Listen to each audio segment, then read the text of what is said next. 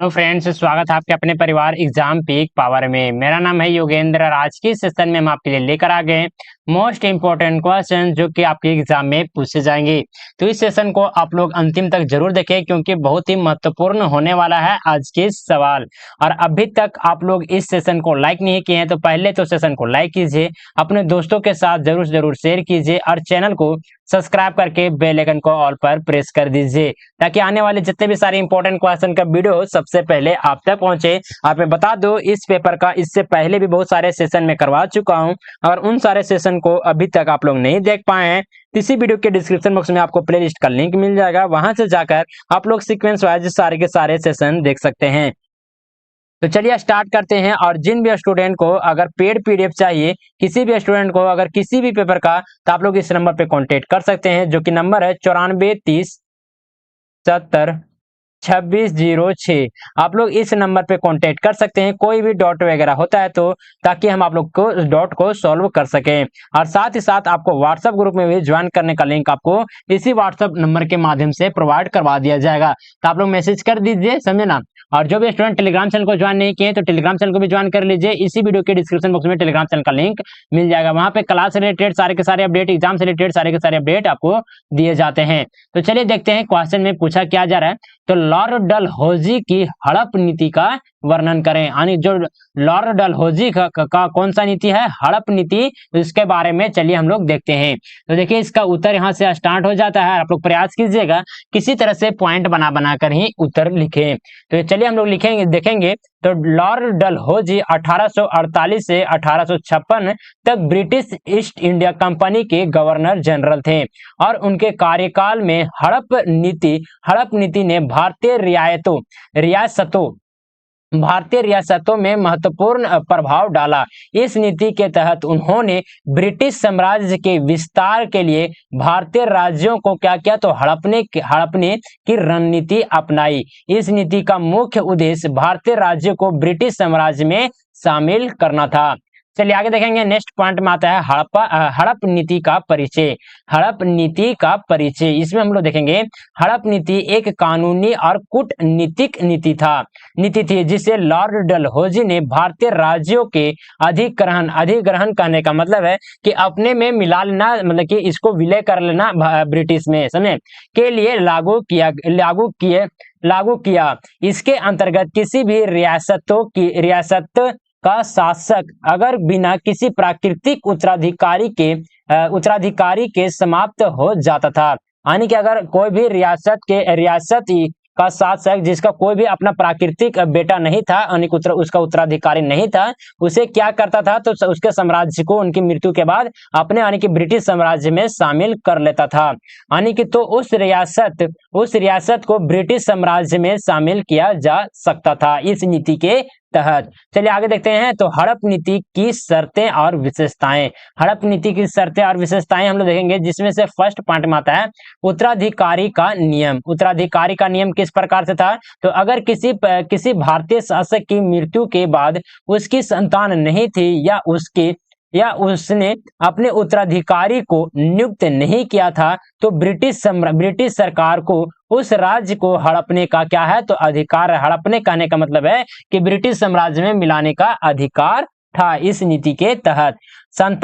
शासक की संतान या उत्तराधिकारी की अनुपस्थिति में राज्य का नियंत्रण, यानी कि उस साम्राज्य का नियंत्रण ब्रिटिश सरकार के पास चला जाता था। यानी कि अगर शासक की संतान या फिर उत्तराधिकारी की अनुपस्थिति होता था, यानी कि जो शासक का संतान है या फिर जो किसी साम्राज्य का जो उत्तराधिकारी है, अगर उसका अनुपस्थिति होता था, यानी कि उपस्थिति वहां पे नहीं होता था, तो उस जो राज्य का नियंत्रण किसके पास चला जाता था, तो ब्रिटिश सरकार के पास चला जाता था, समझे। चलिए आगे देखेंगे। नेक्स्ट पॉइंट में आता है यह स्थिरता और सुधार का तर्क में हम लोग देखेंगे डलहौजी इस नीति को भारतीय राज्यों की यह स्थिरता और प्रशासनिक सुधार की कमी के तर्क के रूप में क्या किया तो प्रस्तुत किया। यानी जो डलहौजी था इस नीति के तहत क्या किया तो जो भारतीय नीति की यह स्थिरता और प्रशासनिक जो कमियां थी उसके जो कमी थी उनके तर्क के रूप में क्या किया तो हमारे समक्ष में प्रस्तुत किया। इस नीति के तहत उन्होंने दावा किया कि हड़प नीति से भारतीय राज्यों का प्रशासन सुधारित होगा और ब्रिटिश शासन अधिकार स्थिर और कुशल होगा। चलिए आगे देखेंगे। नेक्स्ट में आता है, नेक्स्ट पॉइंट में हम लोग देखेंगे प्रमुख घटनाएं और परिणाम, यानी कि प्रमुख कौन कौन से घटनाएं थे उसके क्या क्या परिणाम है, तो चलिए उसके बारे में हम लोग देखेंगे। जिसमें से फर्स्ट में आता है सतारा का हड़प। सतारा का हड़प कब हुआ था तो यह हुआ था 1848 में। सतारा के राजा साहू की मृत्यु के बाद ब्रिटिशों ने उनकी संतान की अनुपस्थिति का तर्क देते हुए राज्य को क्या कर लिया तो हड़प लिया। सतारा को एक ब्रिटिश प्रेसिडेंसी के रूप में शामिल किया। चलिए आगे देखेंगे। नेक्स्ट में आता है जसवंतपुरा का हड़प। कब यह हुआ था तो 1848 में हुआ था। जसवंतपुरा जो कि राजस्थान में राजा जसवंत सिंह की मृत्यु के बाद उनकी संतान की अनुपस्थिति का हवाला देते हुए ब्रिटिशों ने राज्य को क्या कर लिया तो हड़प लिया। चलिए आगे देखेंगे। नेक्स्ट में आते हैं, नेक्स्ट पॉइंट लक्ष्मीबाई और झांसी, जो कि कब लिया गया था तो 1853 में। झांसी की रानी लक्ष्मीबाई के पति के निधन के बाद उसके पुत्र की मृत्यु के कारण ब्रिटिशों ने झांसी को हड़प लिया। इस निर्णय से झांसी विद्रोह को जन्म दिया, जो 1857 के भारतीय विद्रोह का एक महत्वपूर्ण हिस्सा था। समझे। चलिए आगे आते हैं। नेक्स्ट पार्ट में आता है अवध का हड़प। अवध का हड़प हड़पा कब गया था तो 1856 में हड़पा गया था। अवध के नवाब वाजिद अली शाह को नसमंज और यह समर्थ मानते हुए, यानी कि इसको मान लिया था जो अवध के नवाब थे। नवाब कौन था तो वाजिद अली शाह था, उसको क्या मान लिया था तो ना समझ मान लिया था और यह समर्थ मानते हुए उसके प्रशासन और स्थिति को यह स्थिर बताते हुए ब्रिटिशों ने अवध को क्या कर लिया तो हड़प लिया और नवाब को बंदी बनाकर इंग्लैंड भेज दिया गया। चलिए आगे देखते हैं। नेक्स्ट में आता है हड़प नीति के प्रभाव, यानी कि हड़प नीति लागू किया गया तो उसके बाद यानी कि उसका क्या क्या प्रभाव देखने को मिला, तो चलिए देखते हैं, इस पॉइंट को भी क्लियर करते हैं। तो ब्रिटिश साम्राज्य का विस्तार हुआ इस नीति के, यानी कि इस नीति के प्रभाव ये हुआ, प्रमुख प्रभाव कि जो ब्रिटिश साम्राज्य था उसका विस्तार हुआ, यानी कि फैलाव हुआ।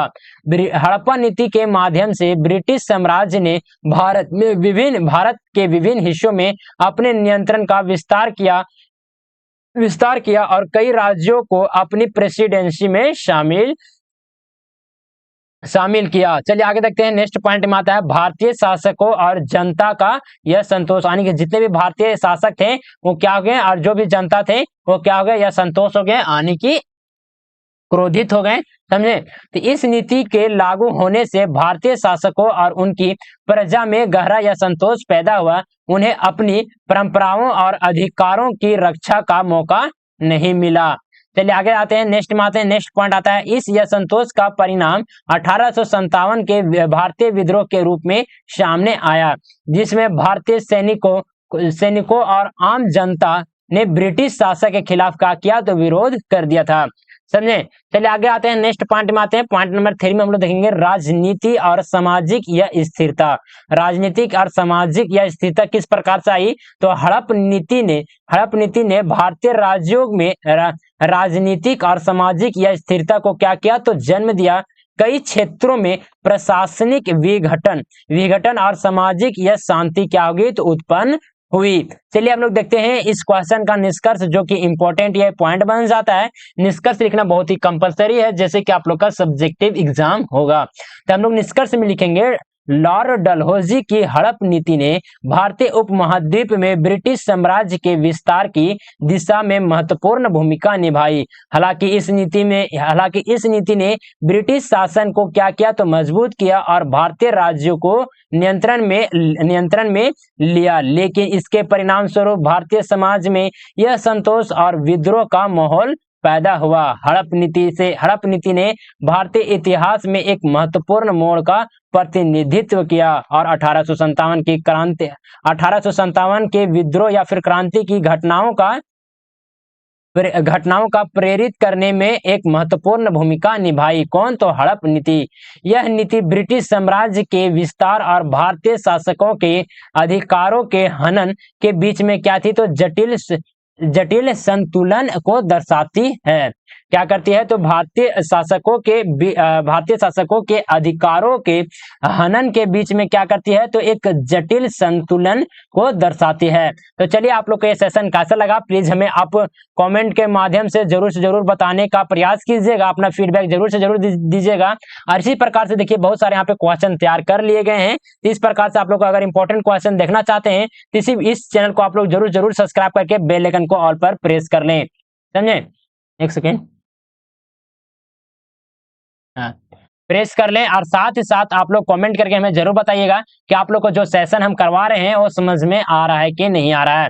और सेशन को अभी तक आप लोग इस सेशन को लाइक नहीं किए हैं तो पहले तो सेशन को लाइक कीजिए, अपने दोस्तों के साथ जरूर से जरूर शेयर कीजिए और चैनल को सब्सक्राइब करके बेल आइकन को ऑल पर प्रेस कर दीजिए, ताकि आने वाले जितने भी सारी इंपॉर्टेंट क्वेश्चन का वीडियो हो सबसे पहले आपको नोटिफिकेशन के माध्यम से प्राप्त हो सके।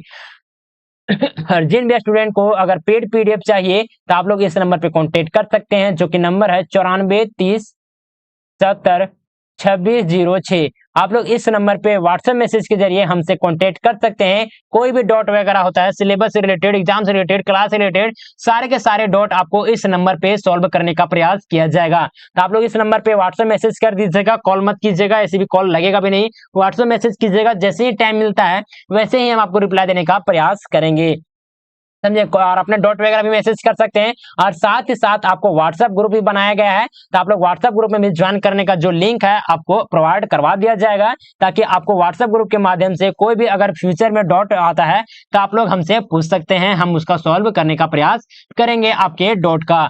समझे? और अभी तक आप लोग टेलीग्राम चैनल को ज्वाइन नहीं किए हैं तो टेलीग्राम चैनल को ज्वाइन कर लें। आपको वहाँ पे क्लास से रिलेटेड, एग्जाम से रिलेटेड, सिलेबस वगैरह सारे के सारे चीज आपको वहाँ पे फ्री ऑफ कॉस्ट आपको उपलब्ध करवाए जाते हैं। तो टेलीग्राम चैनल को भी ज्वाइन कर लीजिए, आपको इसी वीडियो के डिस्क्रिप्शन बॉक्स में टेलीग्राम चैनल का लिंक मिल जाएगा। तो चलिए सेशन को यहीं पे एंड अप करते हैं, मिलते हैं आप लोग से एक नए इंपॉर्टेंट क्वेश्चन के सेशन के साथ।